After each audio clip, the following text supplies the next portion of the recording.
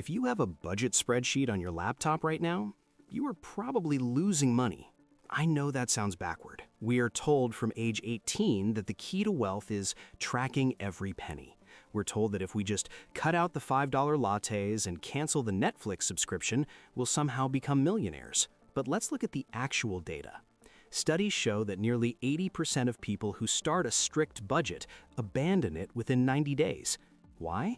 Because traditional budgeting is designed for a world that doesn't exist anymore. It's a system built on scarcity, not strategy. While you are stressing over saving $10 on groceries, inflation is eating away your purchasing power by 3 to 4% a year. The old rules say you have a spending problem. The math says you actually have an allocation problem. Today, I'm going to show you why the 50-30-20 rule is broken. I'm going to show you the anti-budget system, the only mathematical way to actually grow your wealth without making your life miserable. Welcome to Liam James Invests. Let's run the numbers. The fundamental flaw with traditional budgeting is that it treats every dollar leaving your bank account as a loss. If you spend $50 at a bar, the budget says, bad, minus $50. If you spend $50 on a book or a course, the budget says, bad, minus $50. To a spreadsheet, these two expenses are identical, but in the real world and in the math of wealth building, they are opposites. The bar tab has a 0% return on investment. Actually, it's negative because you're probably less productive the next morning. The book or course has a potential infinite ROI. One idea could double your income. When you obsess over a traditional budget, you train your brain to look for cost instead of value. You become a saver, and savers get crushed by inflation. Wealthy people don't budget to save money, they allocate capital to grow it. We need to shift your identity from penny pincher to capital allocator.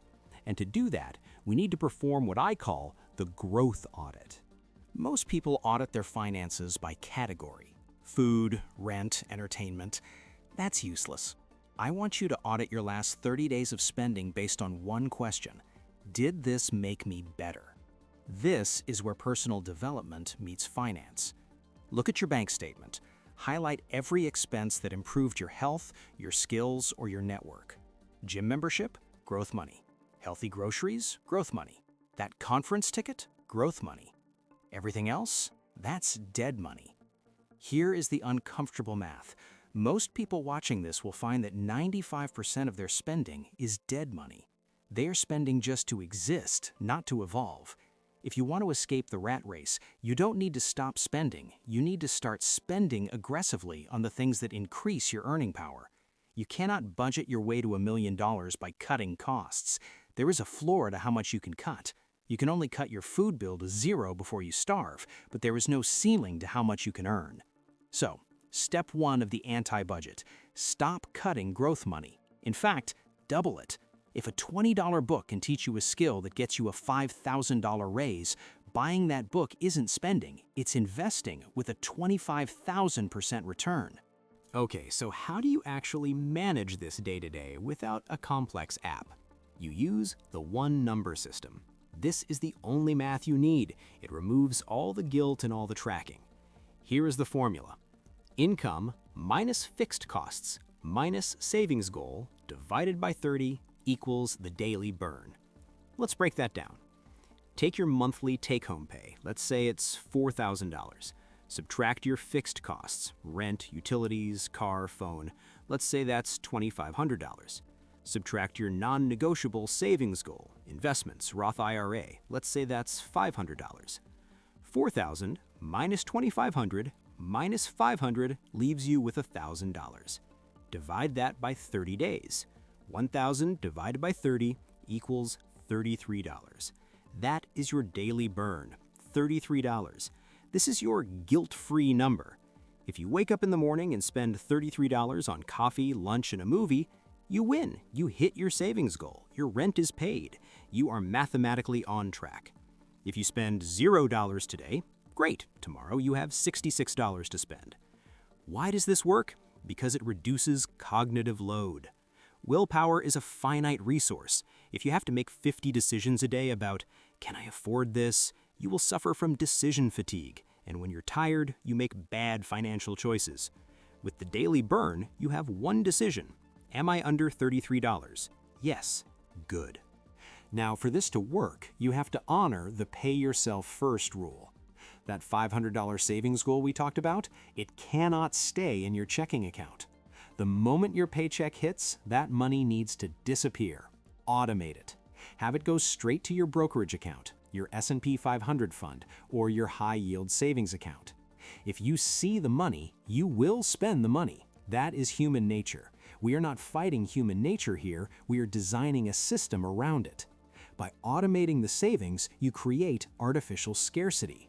You are forcing yourself to live on that remaining daily burn amount. And shockingly, you will adapt. Parkinson's law states that work expands to fill the time available. Well, spending expands to fill the money available. By removing the investment money first, you force your lifestyle to fit the remainder. I want to end on the mindset shift because this is the most important part. Traditional budgeting feels like a punishment. It feels like you are putting yourself in a financial prison. The anti-budget is about freedom. When you use the Daily Burn system, you stop being a budgeter who is afraid of spending. You become a capital allocator. You know your fixed costs are covered. You know your future is secure because your investments are automated. And you know that any money left over is yours to deploy. Maybe you use your Daily Burn to buy that course. Maybe you save up a week of Daily Burns to buy a better suit for interviews. You start using money as a tool to build the life you want, rather than letting money dictate the life you have. So, here is your challenge for this week. Do not download another budgeting app. Do not make a color-coded spreadsheet. Just calculate your daily burn. Sit down, take 10 minutes, and find your number. Is it $20? Is it $50? Is it $100? Once you know it, write it on a Post-it note and stick it on your debit card. That is your new financial compass. I've actually pinned the simple formula for this in the top comment below. Go down there, calculate your number, and comment it. I want to see what kind of daily burn we are working with in this community. Thanks for watching and stay motivated towards your goals. Don't let the old rules keep you broke. See you in the next one.